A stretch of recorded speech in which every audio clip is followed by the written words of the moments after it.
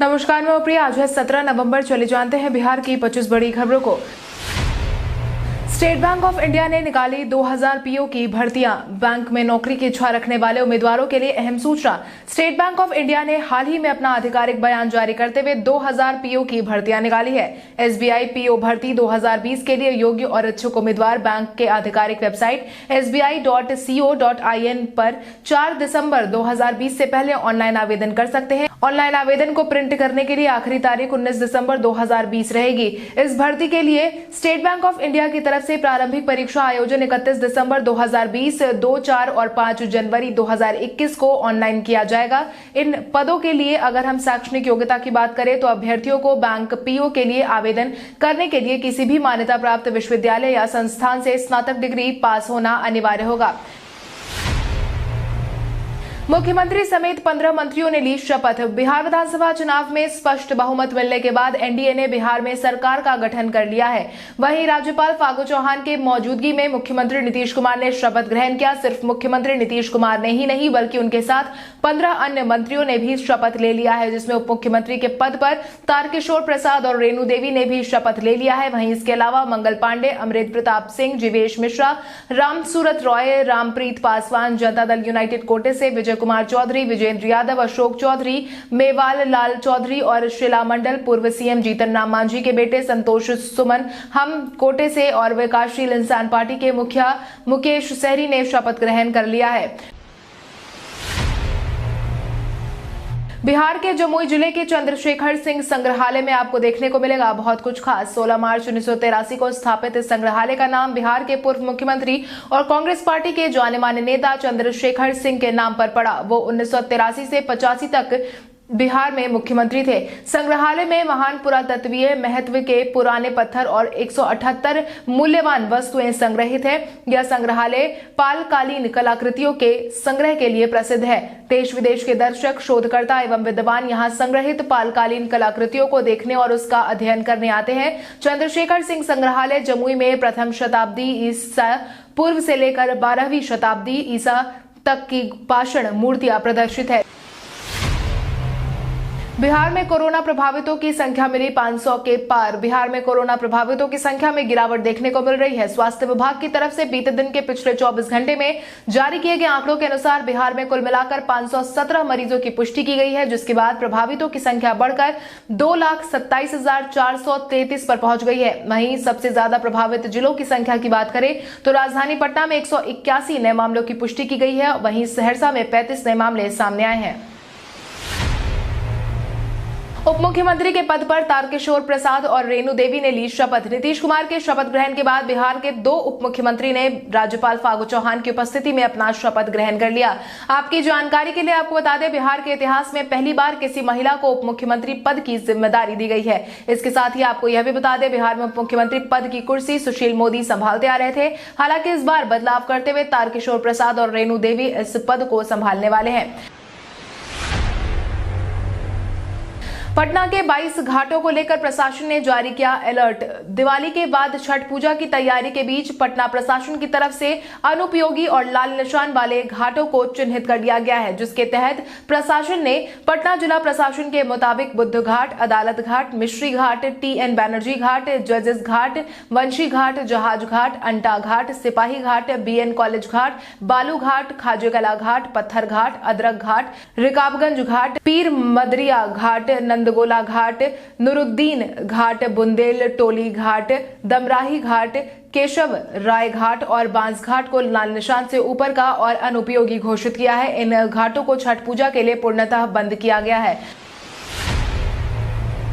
आज बिहारी पहचान में हम बात करेंगे श्वेता बासु प्रसाद की। श्वेता का जन्म 11 जनवरी 1991 में अखंड बिहार के जमशेदपुर जिले में हुआ था, जो कि अब झारखंड का हिस्सा है। श्वेता ने फिल्मों में काम करना बचपन से ही शुरू कर दिया था। इतना ही नहीं, श्वेता ने हिंदी फिल्मों के अलावा बंगाली, तेलुगु और तमिल की फिल्मों में भी काम किया है। यहाँ तक कि श्वेता को फिल्म मकरी में उनकी शानदार परफॉर्मेंस के लिए नेशनल फिल्म अवार्ड से भी सम्मानित किया गया है। और यही वो फिल्म है जिसमें श्वेता ने अपने अभिनय की और साथ ही साथ बॉलीवुड करियर की शुरुआत की थी। बॉलीवुड के साथ साथ श्वेता ने कई टीवी सीरीज में भी काम किया हुआ है। यूपीएससी CDS परीक्षा के लिए आज आवेदन हो जाएंगे समाप्त।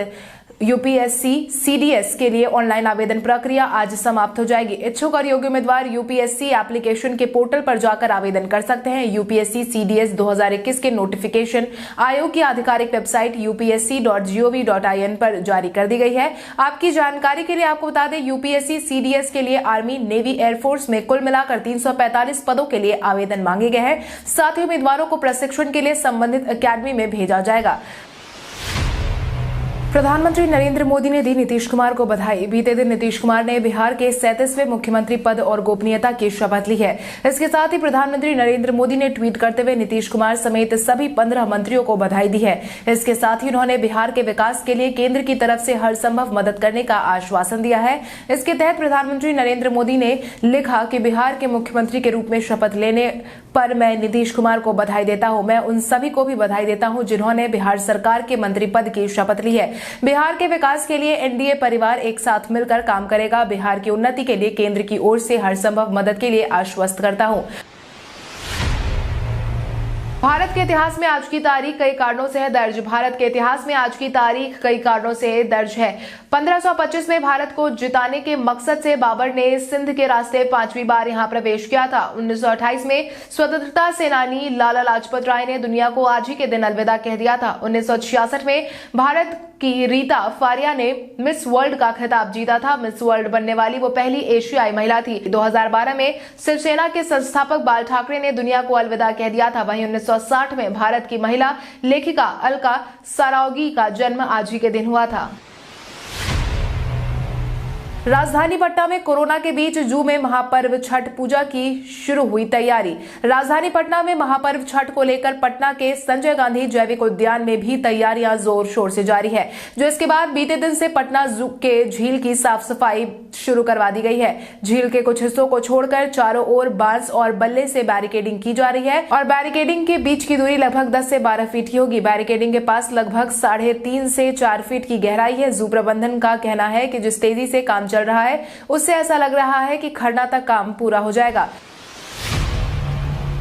अगले साल की बिजली दर तय करने के लिए कंपनी ने मांगी मोहलत। बिहार विद्युत विनियामक आयोग से अगले साल की बिजली दर तय करने के लिए कंपनी ने समय की मांग की है, जिसके तहत कंपनी ने दिसंबर में याचिका दायर करने की अनुमति आयोग से मांगी है। आपकी जानकारी के लिए आपको बता दें, कंपनी की तरफ से हर साल अमूमन 15 नवंबर को ही याचिका दायर की जाती थी, लेकिन कोरोना काल और चुनावी कार्य के कारण इस बार कंपनी याचिका तैयार नहीं कर सकी, जिसकी वजह से कंपनी ने विनियामक आयोग से लिखित अनुमति मांगी है कि उसे याचिका दायर करने के लिए मोहलत दी जाए। हालांकि आयोग ने अभी कोई जवाब नहीं दिया है।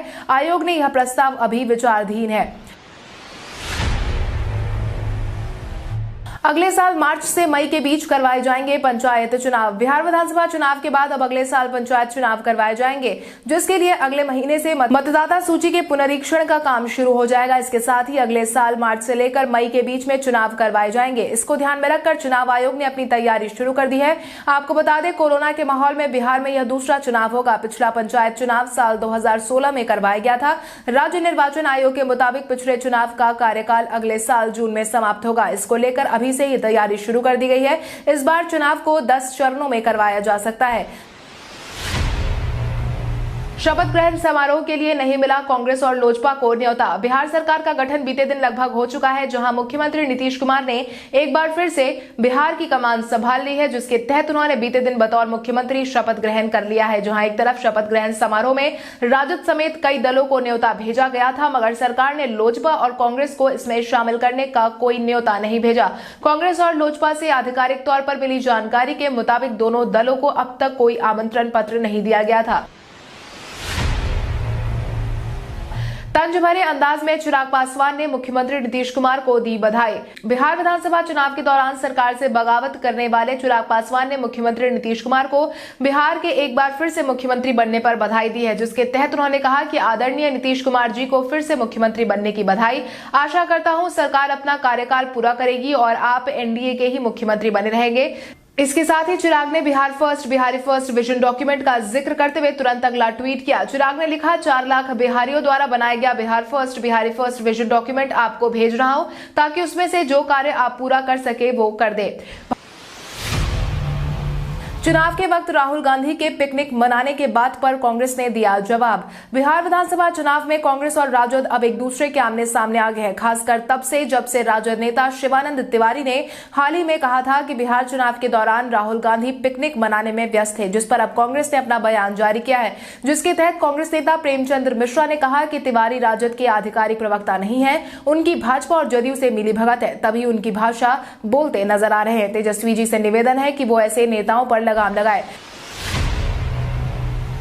शपथ ग्रहण समारोह में नहीं शामिल हुए तेजस्वी। बिहार के मुख्यमंत्री के तौर पर नीतीश कुमार ने बीते दिन 7वीं बार शपथ ग्रहण की है, जिसके बाद लगभग 4:30 बजे शपथ ग्रहण समारोह का आयोजन करवाया गया था। वहीं राजद नेता तेजस्वी यादव शपथ ग्रहण समारोह में शामिल नहीं हुए। राजद की तरफ से आई जानकारी के अनुसार तेजस्वी यादव शपथ ग्रहण समारोह का हिस्सा नहीं बने। हालांकि अभी तक यह साफ नहीं किया गया है कि तेजस्वी यादव शपथ ग्रहण समारोह का हिस्सा क्यों नहीं बने, लेकिन यह बात लगभग तय थी कि तेजस्वी इस आयोजन से दूर रहने वाले हैं। शपथ ग्रहण समारोह में शामिल होने के लिए तेजस्वी यादव समेत विपक्ष के अन्य नेताओं को भी आमंत्रण दे दिया गया था। सीएम आवास के बाहर कुर्मी समाज ने होर्डिंग लगाकर नीतीश कुमार को दी बधाई। बीते दिन मुख्यमंत्री नीतीश कुमार ने एक बार फिर से मुख्यमंत्री की कमान संभाल ली है, वहीं बधाई देने वालों की कतार भी देखने को मिल रही है। मुख्यमंत्री आवास के बाहर भी कुर्मी समाज ने अलग अंदाज में नीतीश कुमार को बधाई दी है, जिसके तहत कुर्मी समाज ने मुख्यमंत्री आवास के बाहर होर्डिंग लगाकर नीतीश कुमार को बधाई दी है। सीएम आवास के बाहर लगे बड़े बैनर में नीतीश कुमार की एक बड़ी तस्वीर लगाई गई है। कुर्मी फाउंडेशन ने नीतीश कुमार के कार्यकाल की सराहना करते हुए कहा है कि बिहार पिछले 15 सालों में लगातार विकास की सीढ़ियां चढ़ा है और आगे भी बढ़ता रहेगा। मुख्यमंत्री बनने पर गिरिराज सिंह ने दी नीतीश कुमार को बधाई। बीते दिन मुख्यमंत्री नीतीश कुमार ने शपथ ग्रहण कर लिया है, वहीं उनके शपथ ग्रहण के बाद बधाई देने वालों का तांता लग गया है, जिसके तहत ही केंद्रीय मंत्री गिरिराज सिंह ने भी उन्हें बधाई दी है, जहां उन्होंने कहा कि नीतीश कुमार ने एक नया इतिहास रचने का काम किया है। मुझे उम्मीद है कि आने वाले समय में बिहार की जनता ने एनडीए पर जो भरोसा जताया है उस पर सरकार काम जरूर करेगी। गिरिराज सिंह ने कहा कि एनडीए सरकार के सामने नई चुनौतियां हैं। युवाओं की समस्या से लेकर सामाजिक समरसता को बनाए रखना एक बड़ी चुनौती है। यशवंत सिन्हा ने नीतीश कुमार को लेकर दिया बयान। बीते दिन मुख्यमंत्री नीतीश कुमार ने शपथ ग्रहण कर लिया है और एक बार फिर से बिहार की कमान संभाल ली है। वहीं अब उनके मुख्यमंत्री बनते ही बयानबाजियों का सिलसिला भी तेज हो गया है, जिसके तहत पूर्व केंद्रीय मंत्री यशवंत सिन्हा ने अपना बयान जारी किया है, जिसके तहत उन्होंने कहा कि नीतीश कुमार इस बार खाली नाम के मुख्यमंत्री है। उन्होंने आगे लिखा है कि भाजपा अपने दोस्त हो या दुश्मन उन्हें तब तक निचोड़ती है जब तक वो बेजान ना हो जाए। नीतीश कुमार इसका ताजा उदाहरण है, जो सिर्फ नाम के मुख्यमंत्री बनने के लिए तैयार है। स्पीकर के पद पर रहेगा भाजपा का कब्जा। विधानसभा अध्यक्ष का पद इस बार भाजपा के खाते में आया है, जिसके बाद लगभग नंदकिशोर यादव को अध्यक्ष की जिम्मेदारी मिलना तय माना जा रहा है। आपकी जानकारी के लिए आपको बता दें, बिहार में एनडीए के पास सरकार गठन के लिए जरूरी 122 विधायकों से मात्र 3 विधायक ही ज्यादा है। इस लिहाज से भविष्य में सरकार की स्थिरता को देखते हुए स्पीकर की भूमिका अहम रहने वाली है। सरकार में सीनियर पार्टनर भाजपा स्पीकर जैसे अहम पद को अपने पास रखना चाहती है और किसी मंझे हुए नेता को स्पीकर का पद देना चाहती है। इसी को देखते हुए नंदकिशोर यादव को स्पीकर की जिम्मेदारी संभालने के लिए दी जा सकती है। व्हाट्सएप में इसी हफ्ते से जुड़ जाएगा नया फीचर। वर्तमान समय में व्हाट्सएप दुनिया में सबसे लोकप्रिय मैसेजिंग ऐप में से एक है। पिछले कुछ हफ्ते में व्हाट्सएप ने अपनी प्लेटफॉर्म में नई सुविधाएं जोड़ी है, जिसके तहत नया स्टोरेज ऑप्शंस और नया इमोजी पैक समेत कई नए फीचर्स को जोड़ा गया है। जिसके बाद अब इसी सप्ताह व्हाट्सएप में आने वाली सुविधाओं की एक रिपोर्ट सामने आई है, जिसमें बताया गया है कि आने वाले दिनों में मैसेजिंग ऐप में कौन कौन से फीचर्स उपलब्ध होंगे, जिसके परिणाम स्वरूप इस हफ्ते व्हाट्सएप में डिसअपियरिंग मैसेज, शॉपिंग बटन और एडवांस्ड वॉलपेपर को रोल किया जाएगा। आराध्या बच्चन का भजन गाता हुआ वीडियो सोशल मीडिया पर कर रहा है ट्रेंड। ऐश्वर्या राय और अभिषेक बच्चन की बेटी आराध्या बच्चन का एक वीडियो इन दिनों सोशल मीडिया पर तेजी से ट्रेंड कर रहा है, जिसमें आराध्या भजन गाती नजर आ रही हैं। आपको बता दें, आराध्या का यह वीडियो उनके जन्मदिन के अवसर पर शेयर किया गया है, जिसमें वो रामसिया का भजन गाती हुई नजर आ रही है। इतना ही नहीं, वो साथ में डांस करती भी दिखाई दे रही है। सोशल मीडिया पर भी फैंस आराध्या बच्चन को बर्थडे की बधाई दे रहे हैं। फैंस के लिए आराध्या बच्चन का यह वीडियो एक परफेक्ट ट्रीट है। यह वीडियो एक फैन ने शेयर किया है।